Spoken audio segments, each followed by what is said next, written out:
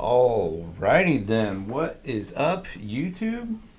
We are live, I think. Hey, I'm not the greatest at these lives yet. It's been a while since we've done them, and still figuring out this technology. So forgive me if it goes crazy, but I wanted to get back on here and do a video about the current state of the real estate market.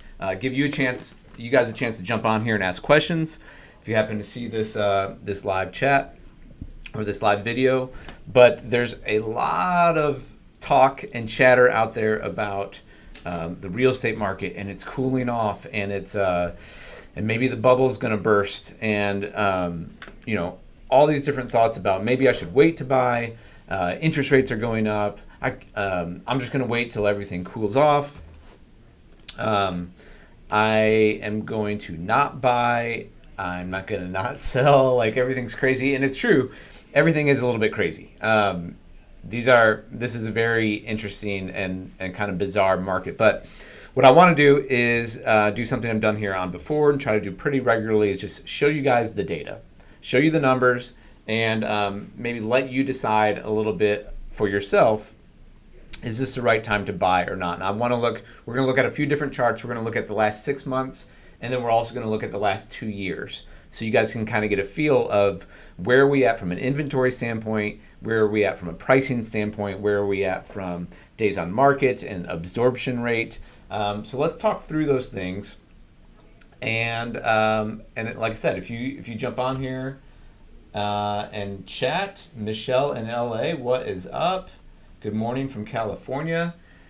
Hey, all my California subscribers, you guys are the best. And it is awesome to have you watch the channel. A lot of you guys are reaching out, and a lot of you have become clients because a lot of people are moving out of California. You guys obviously know that. And you're looking for somewhere that is affordable and beautiful, and you could have a good cost of living, and it could be a good place to raise your family.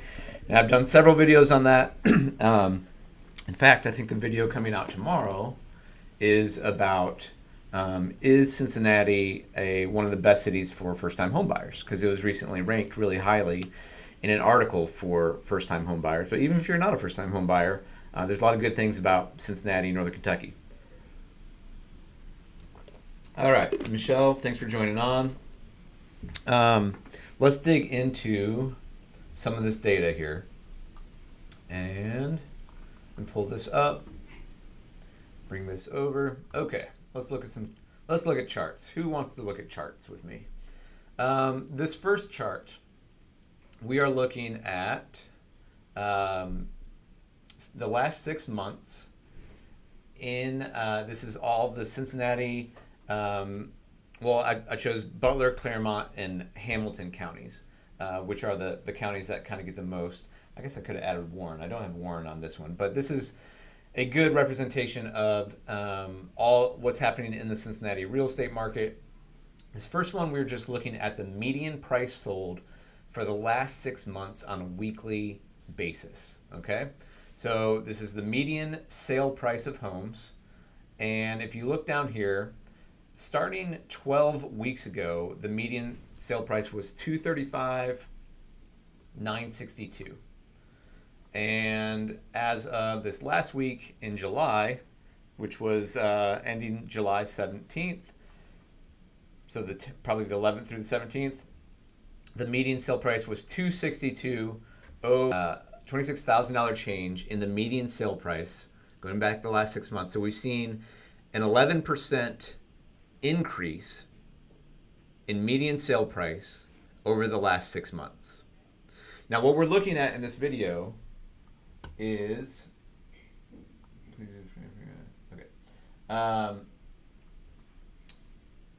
is it cooling, right?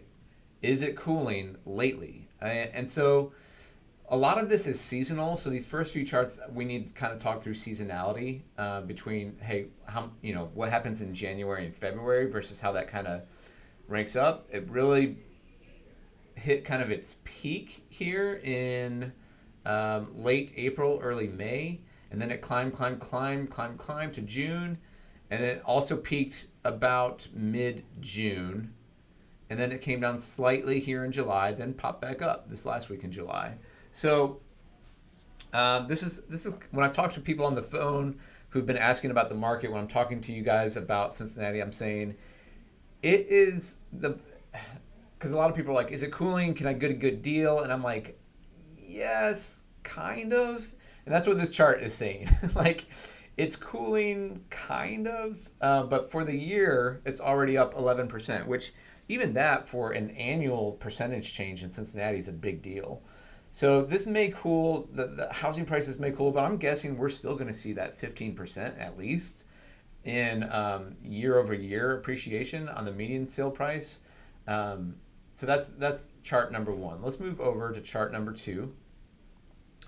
Scroll down here so you guys can see this. And this is the number of units sold the last 6 months. And I also included, so in the green is the sold units, and in the red is the amount for sale. So this is another interesting chart, and we're like I said, this is the last 6 months, so part of this is seasonal, where you see a lot less for sale and sold in the early or the late winter and early spring months, and then it kind of pops up. So this kind of happens every year. So we're going to look at it in terms of 2 years pretty soon here, but let's take a look at these numbers. Hey Janet, thanks for joining. Good morning. Glad to see you from California as well, from LA. Awesome. Thanks for joining. So, okay, here's what we got. So the previous 12 weeks of sold amounts was 330 units sold. Now that's starting, I believe, all the way back at the beginning. And then, oh no, I'm sorry, that's a previous 12, so it splits it into 12 weeks. So this is a 6 months period, and it splits it into 12 weeks. So the first 12 weeks, January through around mid-April here, was 330 units sold, and then it popped up to 420 units sold.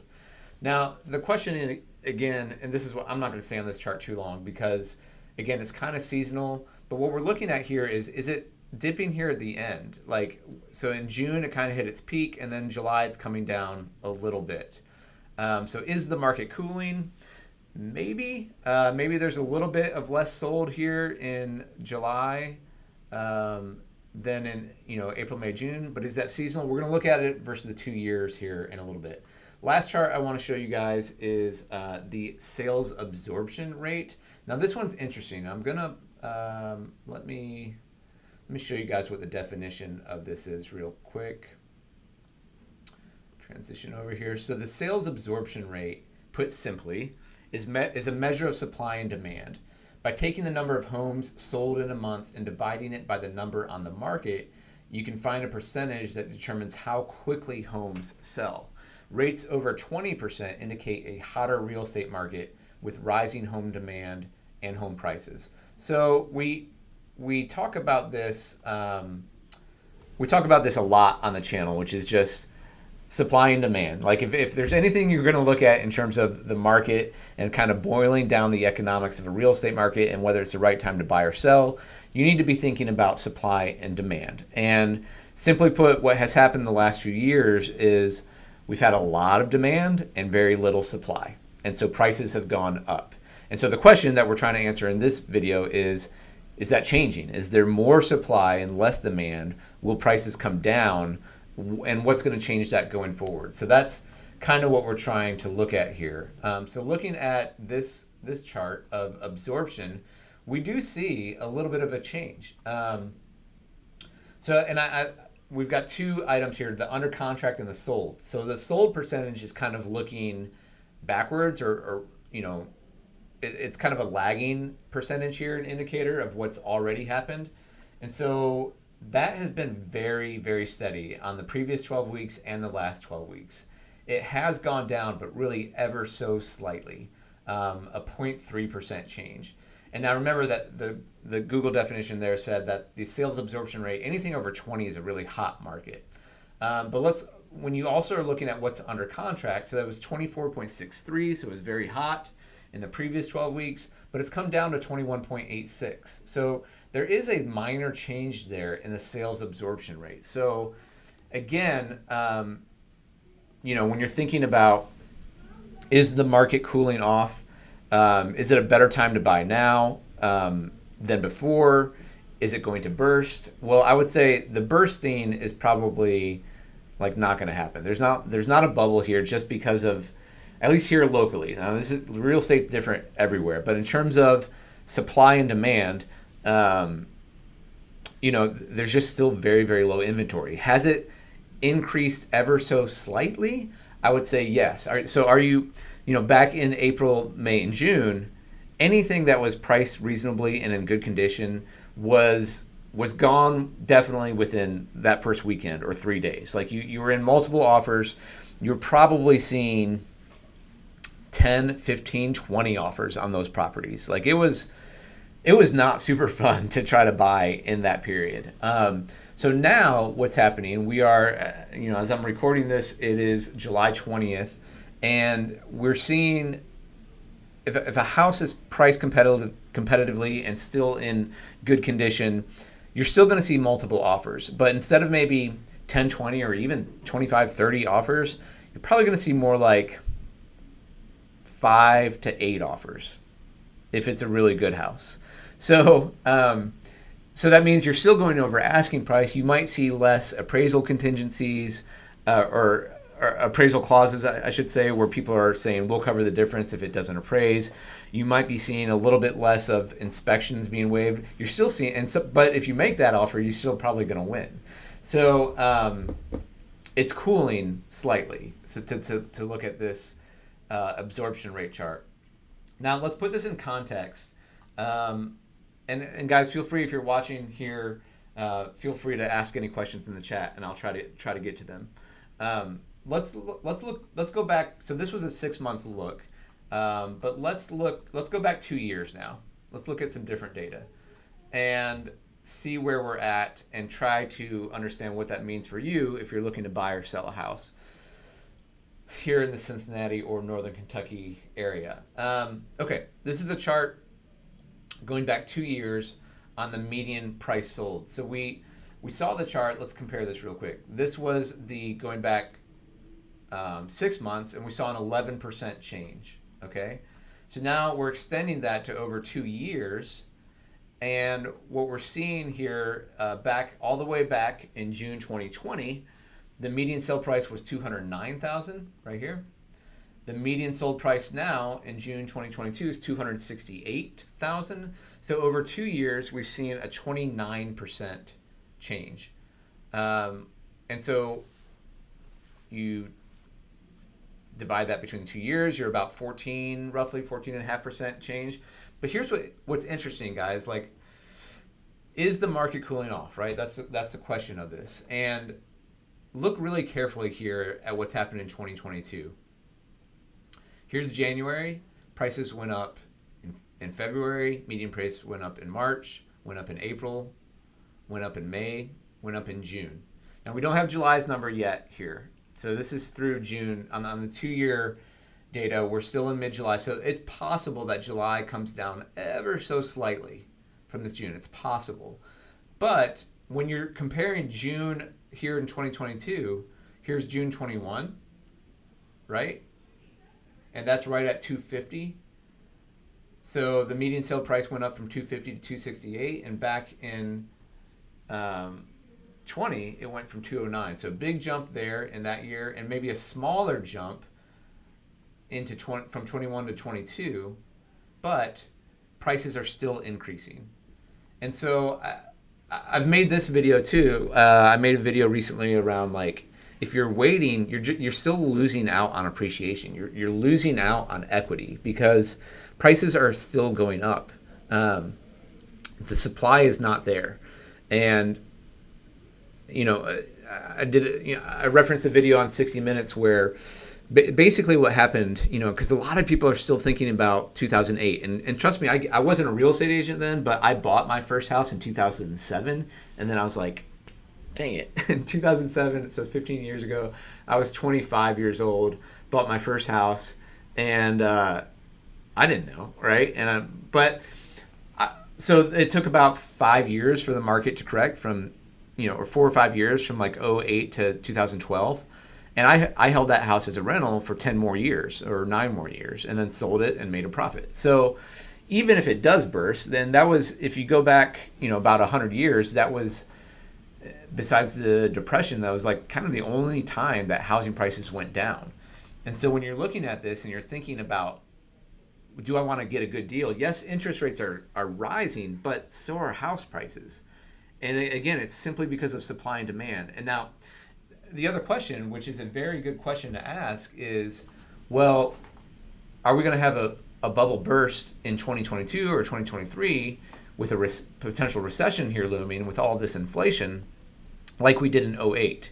And the indicators, I'm not an economist. I'm just a dad and a real estate agent, okay, and a husband. But like, I showed this on another video too. The charts were what happened after '08, where builders got scared because a lot of builders got burned. They had all this supply on the books, and then it didn't get sold because then you had all these foreclosures when the recession hit, and then you had a ton of inventory and very low supply, and so prices dropped. That's that supply and demand. When you have a lot of supply and no demand, price goes down, right? Right now we have a lot of demand and no supply, and prices are going up. So I don't know if that made sense on the video. We'll see. But you guys get it. Look, supply and demand is what's driving prices, and that's where we're at right now. That's why we're seeing prices continue to go up, because supply. So let's look at the next chart here. Okay. This is, well, let's see, what do I got left here? Let's do this one first. This is the month's supply of inventory over the last 2 years. And so what this means, what this chart is reading, is that the average month's supply of inventory. So if all the houses were bought up, all the houses that were on the market were bought up, how long would it take? That's what this chart says. So back in June 2020, it was a little over, it was actually right at 1 month, basically. It would take 1 month for all of the houses to be bought if no new houses came on the market. That's the other point of it here. Now in June of 21, it got super low. It went all the way down to 0.8 roughly, and this year it went to 0.9. Now all three of these numbers are historic, and for the last 2 years it's been 1 and even under 1. So when we're talking supply and demand, we're still at record low inventory levels here. I just realized you guys can't see my mouse, so sorry about that. I've been pointing to different numbers, and my mouse is not being picked up. I'm sure I could figure that out on this technology. I'll try to do that next time. Okay, Janet, does Cincinnati have a good job market? Tell us your thoughts. What is the projection for 23 through 27? Any thoughts? What are the job opportunities? Yeah, Janet, good question. I made a video on the channel here about job opportunities here in Cincinnati. You should check that out. If you search team, let me see if I can do that real quick. Team Sztanyo, YouTube. 1 second here. And the thing that's great about Cincinnati in terms of jobs is that it's a very diverse economy, economically diverse. Where is that one? Oops, hang on.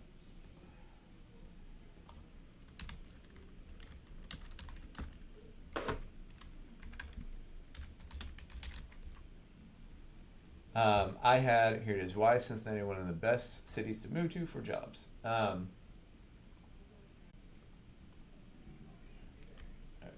there you go. You can watch that video when you get a chance. But so I had an experience with my grandpa. So my family moved to Cincinnati in the late 80s with Delta. My dad was a Delta pilot, and Northern Kentucky was really booming.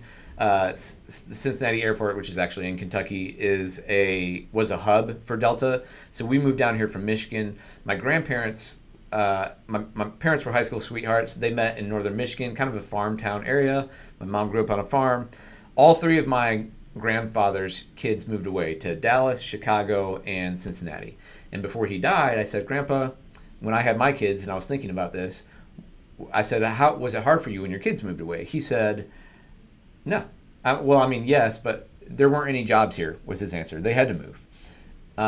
So it was, it was kind of it was a farming and, manufacturing type small town, but then the manufacturing kind of went away and the jobs kind of dried up, and then it was just kind of farms left.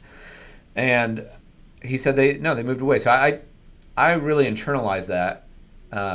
Living in Michigan, I also saw what happened to Detroit in terms of being really heavily dependent on the automotive industry. And I have two older brothers. I looked at my one brother who lives here in Cincinnati with me and said, hey, this is it for me. Like, we've been here around 30 years now. My aim and my goal is to be around my grandkids.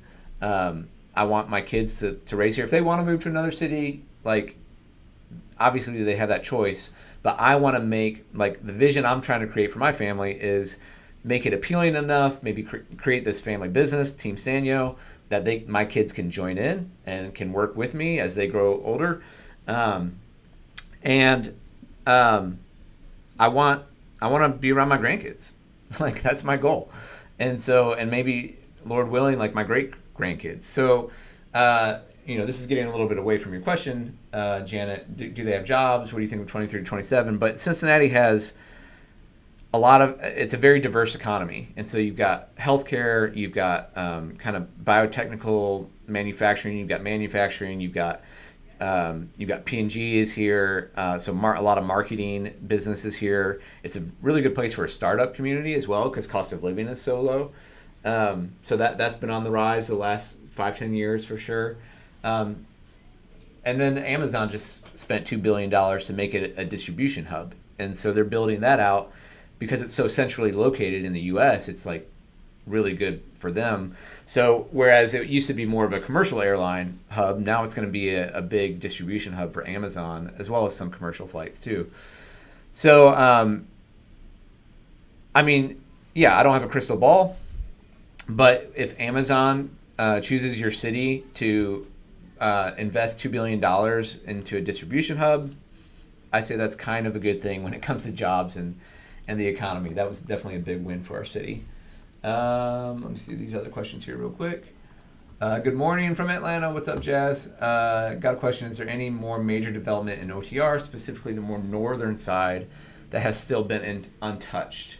Really good question. OTR definitely saw that that development, in the last 10, 15 years, maybe even 20 years now, probably like 15 years. And it does seem to have slowed down, but there is, I guess it's north of Liberty, maybe, some of those areas. Seems like there's still some opportunity there. Like before you start climbing the hill on Vine Street up to UC's campus and uptown there, so it still seems like there's some possibilities there. Cool question. I'm still torn between Cincinnati and Louisville for relocation from Atlanta. Jazz, come on. Louisville? There's no question.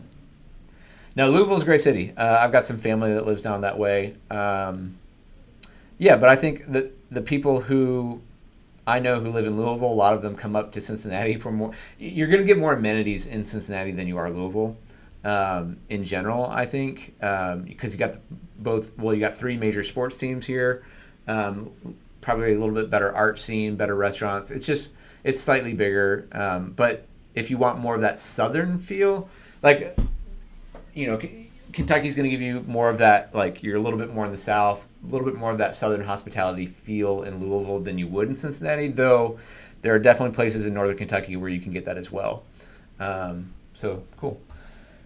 Michelle, that median price seems low considering the homes I see that fit my criteria are 400 up, maybe because I'm looking south of the river, but seems a decent newer house is more than I hoped. Yeah, Michelle, I didn't factor out any lower, so that's everything in the market.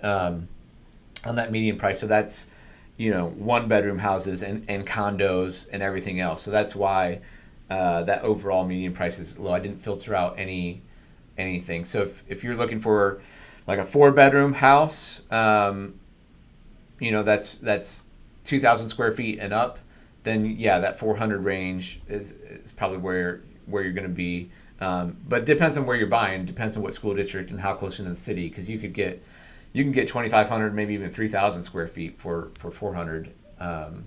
Just depends on where you're looking. All right, let me go back to our charts and finish this up, and then feel free to continue to drop your questions in the chat. Thanks for joining, by the way. This is cool. I'm glad you guys are on here. I haven't done a live like this in quite a while, and so we have a few more subscribers, so really glad to have you guys on here. Okay, the last chart I want to look at is, actually, did we go through this one? Where are we? Month supply of inventory. Yeah, so we went through that one, and it's basically gone slightly down. So is the housing market cooling? Again, if you're just looking at supply and demand, it's still very hot. It's still not a lot of inventory. Are there a few more houses that are sitting on the market that are getting past that first weekend of sales? Yes. I would say buyers are getting slightly pickier. Like the mortgage interest rates going up have caused a few more to go out of contract, because they might be in contract and be like, whoa, I saw another one that's sitting for 7 days. So there's a few more of those. Not a lot, but a few more. Okay, one more chart here. This is the average days on market for under contract properties over the last 2 years. I should have done sold, but I got under contract here. So back in June 2020, average days on market was at 18.4. It dropped way down. So if you look at June, that middle bar there, where it goes way down in June 21, it's a little bit over 8. And if you look at where it's at right now in June 22, it's 8.5.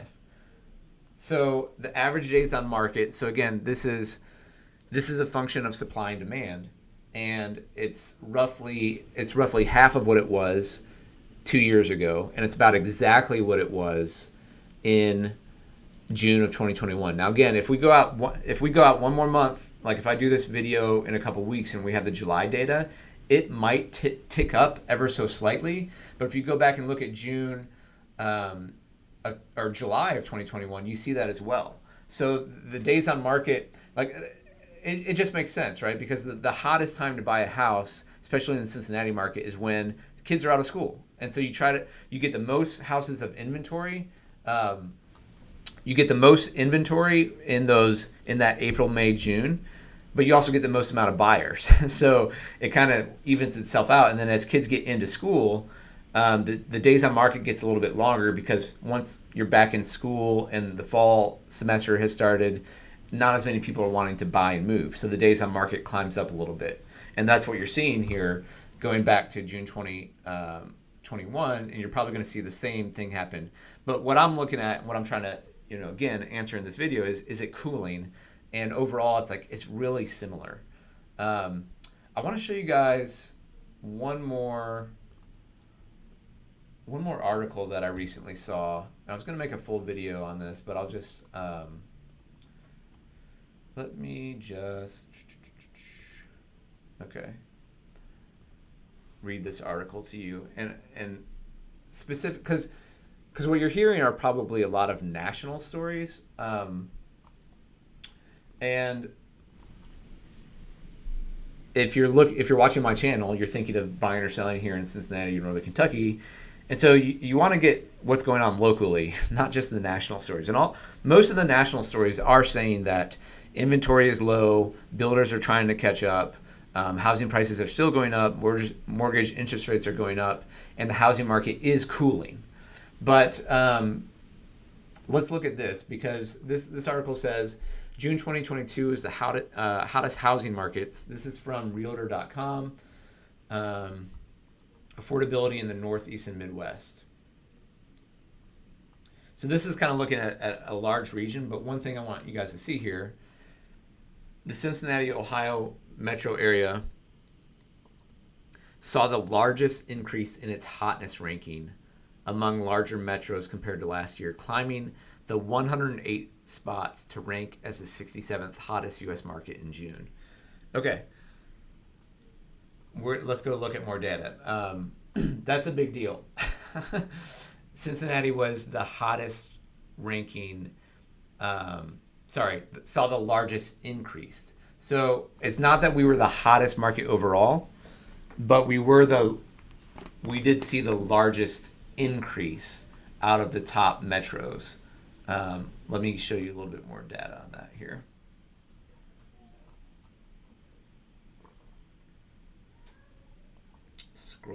Scroll. There's Columbus. A lot of people have been moving there as well. It's probably just because you guys are watching my videos. I mean, just hey, maybe we can just attribute Cincinnati, like they should be thanking me, right? Because like all you guys are moving to Cincinnati because of this overwhelmingly popular YouTube channel. If you don't get the self-deprecation there, then just keep watching. He'll get it eventually. Okay. All right. Here we go. Most improved large markets. Large urban markets held steady in the rankings this month, with the largest 40 markets across the country staying put in their rank. But of the largest 40 metros, the top 3 most improved housing markets were all in the Midwest. Cincinnati jumped 108 spots, Indianapolis and Milwaukee. These markets offered a highly sought after affordability, with listing prices 17 to 29% below the national median of $450,000. The 4th and 5th most improved markets were Boston and San Diego.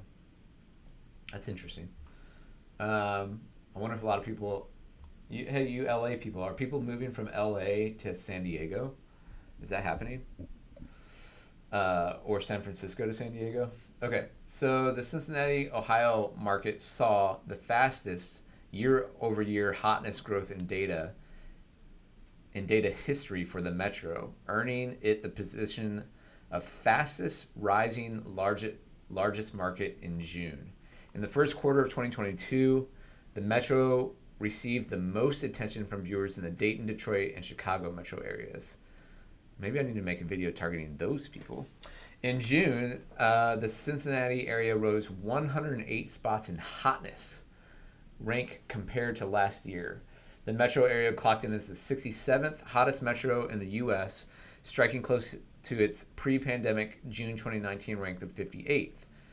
Matching the nationwide trend of homes spending little time available for sale, the typical Cincinnati home spent 28 days on the market, the shortest time on record for the metro. So those numbers are a little different than what I'm showing. So I'm curious how they got that a little different. But in terms of how they're ranking it nationally, it's saying that it's the shortest time here for Cincinnati. So that makes sense. On the demand side, properties in the metro garnered 13% more viewers than the typical U.S. property. Okay, so what does that mean? The secret's getting out.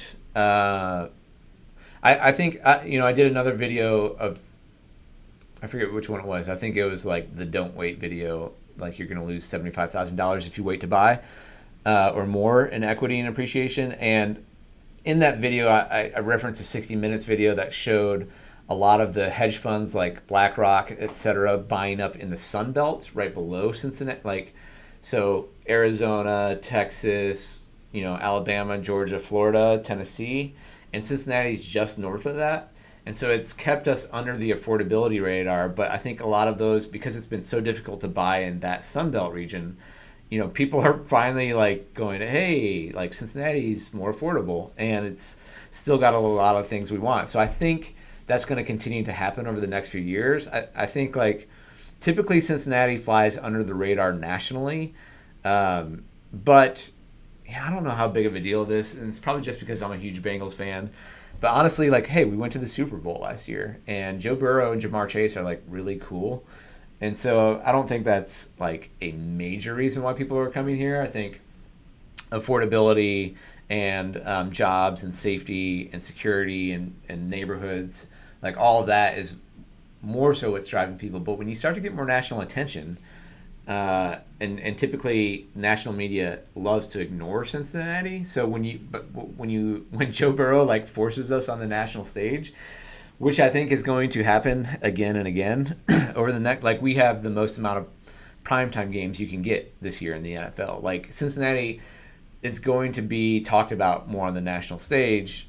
Again, I don't think people are necessarily going to move here. Some people will, just because of the Cincinnati Bengals, which is even a hilarious sentence to have uttered out of my mouth as a lifetime Bengals fan.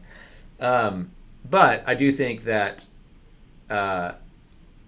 whereas a city like Nashville, which has been screaming hot over the last few years and does get a lot of hype nationally, has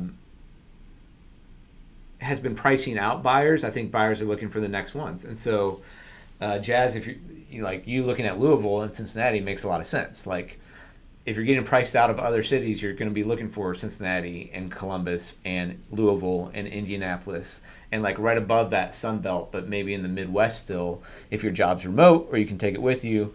That makes a lot of sense to me. All right, I'm getting tired. I've been talking a long time. Let me see if there's any other questions to answer here. I hope this was helpful for you guys. Prices in Cincinnati look like an absolute bargain compared to where I live in Atlanta. I know, Jazz. That's why you need to come up here. I'd love to help you buy a home. Michelle in LA, California is way too expensive. It's ridiculous. I get it. 72-degree weather, and little rain. But we do have lots of water, and things are green here, and we don't have, it's a little bit more even keel on the politics side, I would say. Here locally, people aren't as, maybe one-sided. I won't get into that conversation too much, but it's a little more level, I would say, here in Cincinnati, Northern Kentucky. Okay, what was the other comment here? Jazz, you're a Steelers fan. Living in Cincinnati should be very interesting. Dude, if there was ever time to jump ship, now is the time. Gosh, Steelers, man. I'm not going to sell you a house, Jazz. I don't think I can do it. So, but you're going to have a rough few years, man. Big Ben, adios. It's going to be, I don't know. Well, I say that, but what, Steelers haven't had a losing record in how many years, and Tomlin always gets them there. That defense is legit. But it's our window right now. So, man, I can't believe you're a Steelers fan. That's sad. All right, guys. Thank you for joining and watching. If you guys liked this video, if you want to see more of them, thumbs up, comment, let me know. I'll try to do these more regularly. If there's other things that are helpful on a live standpoint, let me know. Of course, if you are thinking of moving here, we want to help you out. You can email us, you can call us, and we'll start having that conversation. We can connect you with lenders. We can set up MLS portals for you. If you're thinking about new construction, that's another route to go. The market has been so hot the last few years that new construction is still a really good way to go because you can get the house you want. It's relatively nationally, it's still really affordable. You're getting a brand new house, and you don't have to fight off the buyer competition. Now that is cooling a little bit, so that's the answer to this video is is it cooling? Yeah, a little bit, but it's still a seller's market. And I would still recommend, I still think from where we're at from an inventory standpoint, housing prices are going to continue to go up over the next few years, just from simple basic supply and demand. Is it cooling a little bit? Yes, but I think housing prices will go up even as days on market and inventory might increase a little bit. Just probably not as fast. That's the answer. Okay, the growth is probably cooling, but not the overall growth. All right, guys. Thank you so much for watching. It was awesome having you on here and interacting, and we'll hope to do another one of these real soon. So, yeah. Thanks for watching. Thanks for being part of the Sztanyo Clanyo. If you haven't subscribed to the channel, please do that. We'll see you guys next time.